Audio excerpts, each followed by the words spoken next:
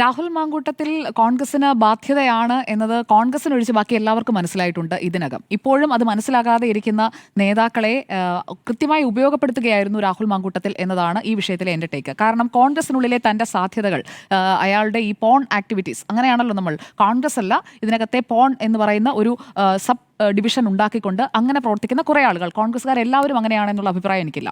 അപ്പോൾ കോൺഗ്രസിനുള്ളിൽ അയാളുടേതായിട്ടുള്ള എല്ലാ തരത്തിലുള്ള അതിക്രമങ്ങൾ നടത്തുന്നതിനുമായിട്ടുള്ള എല്ലാ സംവിധാനങ്ങളും അയാൾക്ക് ഈ കഴിഞ്ഞ 2 വർഷമാണ് അയാളുടെ ആക്റ്റീവ് ഇയേഴ്സ് എന്ന് പറയുന്നത്. കാരണം ഈ പരാതികൾ നടന്നിരിക്കുന്ന സമയമായി നമ്മുടെ മുന്നിൽ വന്നിരിക്കുന്ന പരാതികളുടെ ഒരു ടൈം പീരീഡ് നമ്മൾ നോക്കിക്കഴിഞ്ഞാൽ 2023 മുതൽ 2025 വരെയുള്ള 2 ഇയേഴ്സ് ആണ്.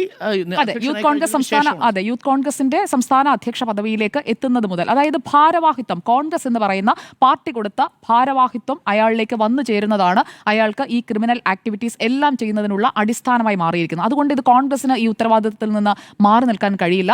ഇപ്പോൾ KPCCയുടെ വർക്കിംഗ് പ്രസിഡന്റ് ഷാഫി പറമ്പിൽ ഏറ്റവും ഒടുവിൽ നടത്തിയ പ്രതികരണത്തിൽ പറഞ്ഞതുപോലെ അത്ര എളുപ്പത്തിൽ ഞങ്ങളെല്ലാം ചെയ്തു കഴിഞ്ഞു എന്ന് പറഞ്ഞ് കൈ കഴുകി മാറി നിൽക്കാൻ കഴിയില്ല.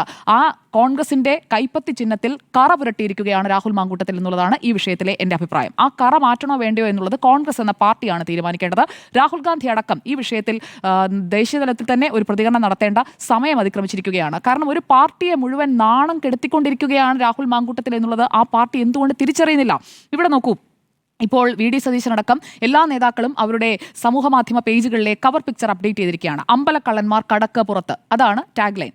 ഈ രാഹുൽ മാങ്കൂട്ടത്തിനോട് കടക്ക് പുറത്ത്, നിന്നെ ഈ പാർട്ടിക്ക് വേണ്ട എന്ന് പറഞ്ഞാൽ എന്താണ് നഷ്ടമുണ്ടാവുക? കോൺഗ്രസിന് എത്രയോ നല്ല നേതാക്കളുണ്ട്, എത്രയോ നന്നായി പ്രവർത്തിച്ചു കൊണ്ടിരിക്കുന്ന യുവാക്കളായിട്ടുള്ള പ്രവർത്തകരുണ്ട്. അവരെയൊക്കെ വളർത്തിയെടുക്കാമല്ലോ. ഒരു രാഹുൽ മാങ്കൂട്ടത്തിൽ പോയാൽ 100 രാഹുൽ മാങ്കൂട്ടത്തിൽ വരാനായിട്ടുള്ള സ്പേസ് ഉള്ള പാർട്ടിയല്ലേ കോൺഗ്രസ്? ഇത്രയും ഗ്രാൻഡ് ഓൾഡ് പാർട്ടിയായിട്ട് ഈ ഒരു രാഹുൽ മാങ്കൂട്ടത്തിൽ എന്ന വിഴുപ്പ് ചുമന്നുകൊണ്ട് ഇത്രയും വീണ്ടും നാണം കെടുന്നത് എന്തിനാണ്?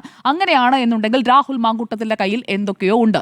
അതിനെ പലരും ഭയക്കുന്നുണ്ട്. അല്ലാത്ത പക്ഷം ഈ കടക്ക് പുറത്ത്, അമ്പലക്കള്ളന്മാർ കടക്ക് പുറത്ത് എന്നുള്ള കവർ പിക്ചർ മാറ്റുന്ന അതേ ലാഘവത്തോടെ ഞാൻ പറയുന്നില്ല, അതും ഒരു പ്രധാനപ്പെട്ട വിഷയമാണ്, അതേപോലെ തന്നെ കോൺഗ്രസ് ടേക്കപ്പ് ചെയ്യുകയും നടപടിയെടുക്കുകയും സമൂഹത്തോട് പറയുകയും ചെയ്യേണ്ട കാര്യമാണ്. രാഹുൽ മാങ്കൂട്ടത്തിൽ ഞങ്ങളുടെ, അതായത് കോൺഗ്രസ് എന്ന പാർട്ടിയുടെ ഭാഗമല്ല. അങ്ങനെ പറഞ്ഞുകൊണ്ട് ഒഴിവാക്കി വിടണമെന്നേ. അങ്ങനെ ഒഴിവാക്കി വിടാതെ സസ്പെൻഷൻ എന്ന് പറഞ്ഞുകൊണ്ട് ഞങ്ങൾ നടപടിയെടുത്തു എന്ന് പറയുമ്പോഴും, പരാതി കിട്ടിയിട്ടില്ല എന്ന് കള്ളം പറയുമ്പോഴും ഇവർ പറഞ്ഞ് സ്ഥാപിക്കാൻ ശ്രമിക്കുന്നത് എന്താണ്? ഇവിടെ ആ പെൺകുട്ടിയുടെ പരാതിയെക്കുറിച്ച് ഡോക്ടർ അരുൺ നേരത്തെ സൂചിപ്പിച്ചല്ലോ. ആ പെൺകുട്ടി എന്തുകൊണ്ടാണ് ഇത് പറഞ്ഞത് എന്നത് കൂടി അവരുടെ ആ ഇമെയിലിൽ കൃത്യമായി പറയുന്നുണ്ട്. ഇവർക്ക് ഈ കാര്യങ്ങൾ തുറന്നു പറയാനുള്ള ധൈര്യം ഉണ്ടായിരുന്നില്ല. വിവാഹ വാഗ്ദാനം നൽകി ചതിച്ച മറ്റു പെൺകുട്ടികളുടെ വിവരങ്ങൾ കൂടി കേട്ടപ്പോഴാണ് തൻ്റെ അനുഭവം ഒറ്റപ്പെട്ട ഒന്നല്ല എന്ന ആ പെൺകുട്ടിക്ക് മനസ്സിലായത്. 23 വയസ്സാണ് പ്രായം. അവരെ ചൂഷണം ചെയ്തത് അവരുടെ 21ാമത്തെ വയസ്സിലാണ്. അതിനു മുൻപ് അവരുമായിട്ട് സൗഹൃദം സ്ഥാപിച്ചിട്ടുണ്ട്. എന്നിട്ട് കൃത്യമായി വലയൊരുക്കി കാത്തിരിക്കുന്ന ഒരു ഭീകരനായ ഒരു ചിലന്തിയാണ് രാഹുൽ മാങ്കൂട്ടത്തിൽ കോൺഗ്രസിനെ സംബന്ധിച്ചോളം. ആ ചിലന്തിയുടെ വലയിൽ ഒരുപാട് പേര് പെട്ടിട്ടുണ്ടാകും. അപ്പോൾ ആ വലയിൽ പെട്ടിട്ടുള്ള ഓരോരുത്തരായി വന്ന് തുറന്നു പറയുകയാണ്. തുറന്നു പറയാനുള്ള ധൈര്യം അവർക്ക് കിട്ടിയത് രാഹുൽ ഈശ്വർ എന്ന് പറയുന്ന രാഹുൽ മാങ്കൂട്ടത്തിനെ പിന്തുണച്ചുകൊണ്ടുള്ള ഈ സൈബർ ഇടങ്ങളിലെ ബുള്ളിയിങ് നടത്തിക്കൊണ്ടിരുന്ന പ്രധാനപ്പെട്ട ഒരാൾ അകത്തായതാണ് ഈ പെൺകുട്ടിക്ക് ഈ ഇമെയിൽ അയക്കാനായി ഇപ്പോൾ ഇത്രയും ധൈര്യം വന്നതിന് പിന്നിലെന്നാണ് ഞാൻ മനസ്സിലാക്കുന്നത്. കൂടുതൽ യുവതികൾക്ക് അപകടം സംഭവിക്കാതിരിക്കാനായി എൻ്റെ അനുഭവം പങ്കുവെക്കേണ്ടത് ഒരു നൈതിക ബാധ്യതയായി ഞാൻ കണ്ടു എന്നാണ് അവർ പറയുന്നത്. അപ്പോൾ അവർ മാധ്യമങ്ങൾക്കും ഞാനിത് അയച്ചു കൊടുത്തിട്ടുണ്ട്. അത് ഈ മെയിലിൻ്റെ അവസാന ഭാഗത്താണ് പറഞ്ഞിരിക്കുന്നത്. അതിൻ്റെ കാരണം എന്തെന്ന് വെച്ച് കഴിഞ്ഞാൽ, ഈ കത്ത് ഞാൻ രാഹുൽ ഗാന്ധിക്കും പ്രിയങ്ക ഗാന്ധിക്കും വിവിധ മാധ്യമ സ്ഥാപനങ്ങൾക്കും അയക്കുന്നുണ്ട്. അതുകൊണ്ടാണ് ഈ കത്ത് കിട്ടിയെന്ന് KPCC സമ്മതിച്ചത്. അല്ല എങ്കിൽ 28-ാം തീയതി അതിജീവിതയുടെ, ഈ രാഹുൽ മാങ്കൂട്ടത്തിൽ ഗർഭഛിദ്രത്തിന് വിധേയയാക്കിയ അതിജീവിതയുടെ ഇമെയിൽ മുക്കിയതുപോലെ ഈ ഇമെയിലും മുക്കിയേനെ. കാരണം അങ്ങനെ മുക്കി സഹായിക്കുകയാണെന്നേ. അങ്ങനെ മുക്കി സഹായിക്കേണ്ട ഒരു പാർട്ടിയാണോ കോൺഗ്രസ്? അങ്ങനെ മുക്കി സഹായിക്കേണ്ട എന്ത് ബാധ്യതയാണ് സണ്ണി ജോസഫ് എന്ന് പറയുന്ന KPCC അധ്യക്ഷനുള്ളത്? അതിന് മറുപടി അദ്ദേഹം പറഞ്ഞേ പറ്റൂ.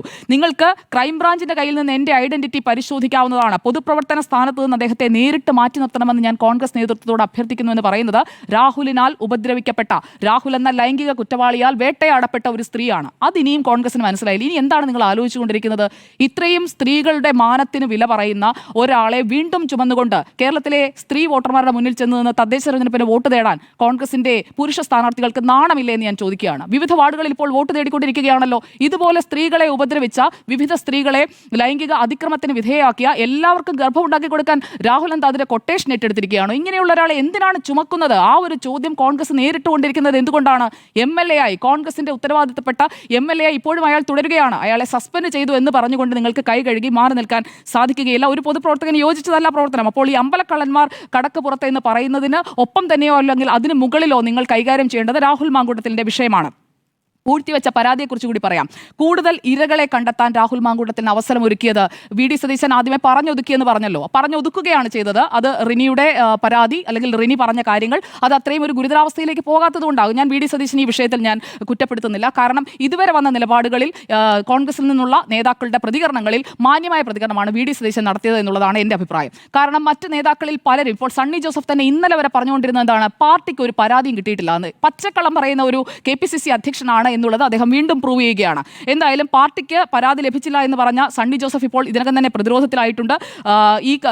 ഇങ്ങനെ പറഞ്ഞതുകൊണ്ടാണ് ഞാൻ ഈ മെയിൽ ഇക്കാര്യം സൂചിപ്പിക്കുന്ന പെൺകുട്ടി തന്നെ പറഞ്ഞിരിക്കുകയാണ്, മാധ്യമങ്ങളല്ല കേട്ടോ. അതിജീവിതയായ രണ്ടാമത്തെ പരാതിക്കാരിയും അതിജീവിതയാണ്. അവരും ലൈംഗിക അതിക്രമത്തിന് വിധേയായതാണ്. ക്രൂരമായി ആക്രമിച്ച് ശരീരമാകെ മുറിവേൽപ്പിച്ചു, ഗർഭിണിയാകണമെന്ന് ആവശ്യപ്പെട്ടു. ഇങ്ങനെയുള്ള ഗുരുതര ആരോപണങ്ങൾ, അത് ആരോപണങ്ങളല്ല, അവർ നേരിട്ട യാഥാർത്ഥ്യമാണ്. അത് വരുമ്പോൾ ഇന്ന് ഫെനി നൈനാൻ മാധ്യമങ്ങൾക്ക് മുന്നിൽ വന്നു. ഈ പെൺകുട്ടിയെ രാഹുലിന് പീഡിപ്പിക്കാൻ അവസരമൊരുക്കി കൊടുത്തു. അങ്ങനെ തന്നെ പറയണം ഫെനി നൈനാനെ. മറ്റു കേസുകളിലൊക്കെ കൂട്ടുനിൽക്കുന്നത് പോലെ, പെട്ടിപിടിക്കാനും കാടടിക്കാനും എല്ലാത്തിനും കൂട്ടുനിൽക്കുന്നത് പോലെ ഈ ഗർഭമുണ്ടാക്കി കൊടുക്കാനായിട്ടുള്ള രാഹുലിന്റെ ഈ ത്വരയ്ക്ക് കൂട്ടുനിൽക്കുന്നതും ഫെനി നൈനാൻ തന്നെയാണ്. ആ ഫെനി നൈനാൻ ഇന്ന് വന്നിട്ട് പറയുകയാണ് ഈ പെൺകുട്ടി പറയുന്നതെല്ലാം പച്ചക്കള്ളമാണെന്ന്. അങ്ങനെ പറയുന്ന ആൾക്ക് കൊടുത്തിരിക്കുന്നത് എവിടെയാണ്, ആ സീറ്റ് ഏതാണെന്ന് കൂടി ഞാൻ പറയാം. അവിടെ തെരഞ്ഞെടുപ്പ് കമ്മിറ്റി ഓഫീസ് പൂട്ടിയല്ലോ.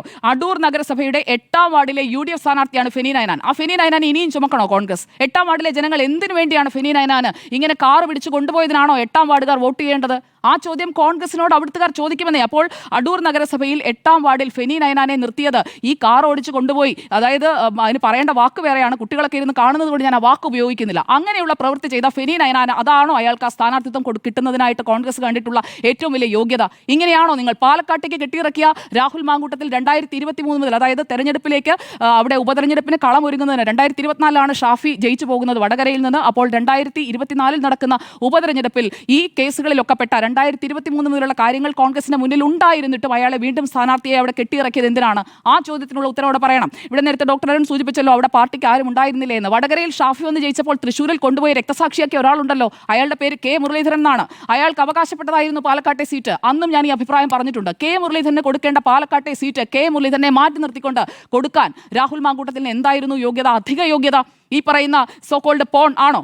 അതോ പല കാര്യങ്ങളും രാഹുലിന് അറിയാമെന്നുള്ളതാണോ? എന്തായിരുന്നു രാഹുലിനുണ്ടായിരുന്ന അധിക യോഗ്യത എന്നുള്ളത് കൃത്യമായിട്ട് പറയേണ്ട ഒരു ഉത്തരവാദിത്തത്തിലേക്ക് പാർട്ടി എത്തിയിട്ടുണ്ട് എന്നതാണ് ഈ വിഷയത്തിലെ എൻ്റെ അഭിപ്രായം. എന്തായാലും പാലക്കാട്ടുകാരോട് കോൺഗ്രസ് ചെയ്തത് വലിയ ക്രൂരത തന്നെയാണ്. അതിന് മറുപടി പാലക്കാട്ടുകാർ കൊടുത്തോളും, അടുത്ത തെരഞ്ഞെടുപ്പ് വരട്ടെ. പക്ഷേ ഇവിടെ കോൺഗ്രസിന് വലിയ ബാധ്യതയെന്ന് മാത്രമല്ല വലിയ നാണക്കേടായി മാറിക്കഴിഞ്ഞിരിക്കുകയാണ് രാഹുൽ മാങ്കൂട്ടത്തിൽ. ഇനിയും അയാളെ ചുമക്കുന്നത് വീണ്ടും വീണ്ടും ചുമന്നുകൊണ്ടിരിക്കുകയാണ്. നിങ്ങൾ ചന്ദനമല്ല ചുമക്കുന്നതെന്ന് കോൺഗ്രസ് തിരിച്ചറിയണമെന്നുള്ളതാണ് എൻ്റെ അഭിപ്രായം.